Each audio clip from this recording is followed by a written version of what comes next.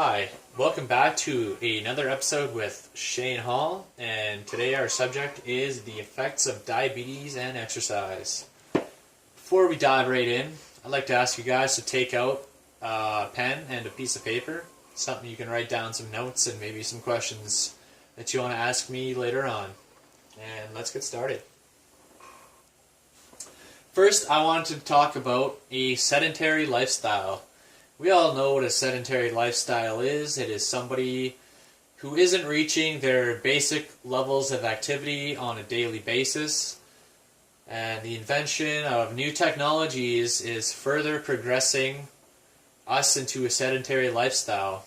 Think inventions like the car and other stuff like that takes away our willingness to, say, walk to work or walk to the friend's house that's maybe a few blocks away. Most of us would rather just drive. But we need to replace these activities that we're losing with more alternate activities. And the loss of activity needs to be compensated for accordingly. And the reduction in activity seen in most people should be cause for concern. It's fairly obvious that somebody who isn't reaching their levels of activity every day is going to be at a greater risk for illnesses than somebody who's reaching a healthy level of exercise and nutrition. And so, how can we tackle this problem? As you might have guessed, most solutions revolve around a good workout plan and a healthy diet. As always, preventative action is the preferred method. And so the question arises is, how could somebody raise their activity levels on a daily basis? And we're not specifically talking about exercise here. We're not talking about working out. We just mean basic activity. And an office setting is a great example for somebody like this. Somebody who's working in an office can be very complacent with their everyday lifestyle and not reaching their levels of activity. But we've had a few innovations that can help these types of people reach their levels, reach their goals, while also at work. One example is a standing desk, which is pretty self-explanatory.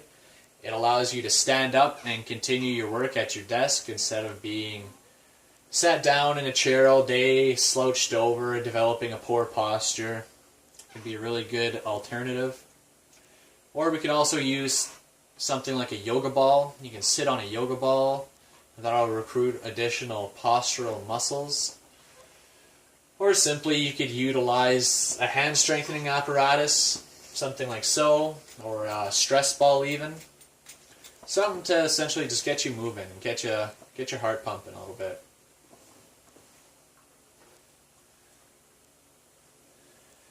The National Health and Nutrition Examination Survey was going around in the United States between 2005 and 2008. What they found was an alarming number of people being diagnosed with prediabetes. Prediabetes is a condition that precedes diabetes. It comes before. And it can also serve as a warning sign of the things to come if proper action isn't taken. And many of these people who were diagnosed with prediabetes actually were completely unaware of it. And the glucose levels in these people with prediabetes, their normal levels are higher than a healthy individual, but not quite as high as a diabetic's would be. And like I said, this needs to serve as an early warning sign of things to come if appropriate action isn't taken.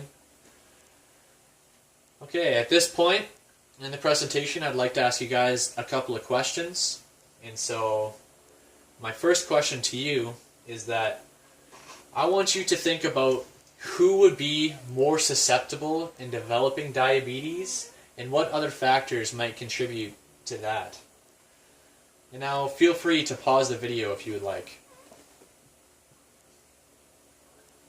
And welcome back. Alright. Now, there's a greater prevalence for diabetes among African American, Latino, Native American, and Asian people as compared to non-Hispanic white adults. And the reason for this is not actually known yet, although there are studies being conducted. There's also a higher risk for people who have a family history of diabetes. So if your uncle or maybe your grandparents had it, you have a slightly higher chance than another person would. Alright, question number 2. I'd like you to estimate, based on a percentage of the United States population, how many people do you think were diagnosed with prediabetes? And I'd like you to take a minute to think about that. Pause the video if you'd like. And welcome back. Alright. 35% of United States adults older than 20 years old were diagnosed with prediabetes. And 50% of those aged 65 or older were also diagnosed with prediabetes. Now, 35% of the United States population is roughly 79 million people. Now, that is an alarming number of people that have an insulin reliance and that are suffering from the symptoms that diabetes brings. And this should be cause for concern, because these numbers continue to rise year to year. School-aged children have reported a general misconception and confusion among their peers and among their teachers, particularly their PE teachers.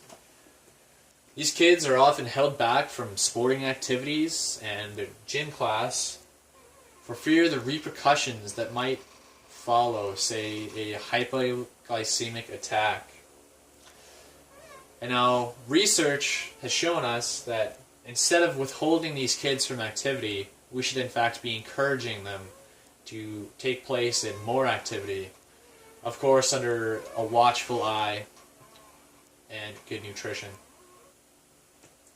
And so, you may be wondering, what foods should we recommend to somebody with diabetes? Something that can control your blood sugar levels. And we all know that a high glycemic food, something like your simple sugars and your treats, has the ability to raise and spike your blood sugar excessively. And so these foods should be limited as much as possible. And low glycemic foods should be your number one choice. Things like your whole grains and things that will not spike your blood sugar.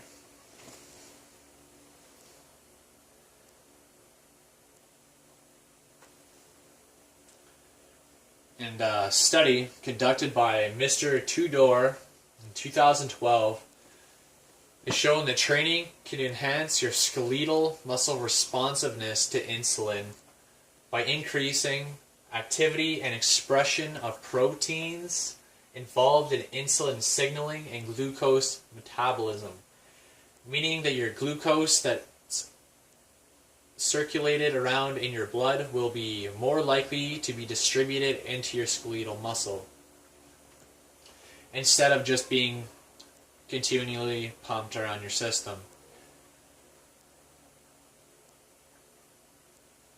You know, when a person enters hypoglycemia, that means that the glucose in your blood isn't reaching your muscles, which can result in a general weakness of the body, sweating, blurred vision, and a general lack of energy and shakiness. Now, when the body detects that your blood sugar level, or when your body thinks that your blood sugar is low, it's going to continually break down more and more glucose into energy to try and raise those levels. But what's really going to happen is that your levels are going to be so extremely high, you're going to be in a very, very dangerous situation because none of that glucose is being delivered to your muscles where it needs to be. It's kind of like a snowball effect where it gets worse and worse as it continues. Essentially, the message that I'm trying to advocate to you guys is that we need to put more resources into the education of particularly younger people and their educators so that we can hopefully bounce back from this continual incline of people developing diabetes. And that is the end of my presentation. I hope you guys enjoyed it. You can see my references here. I hope you guys have an awesome day.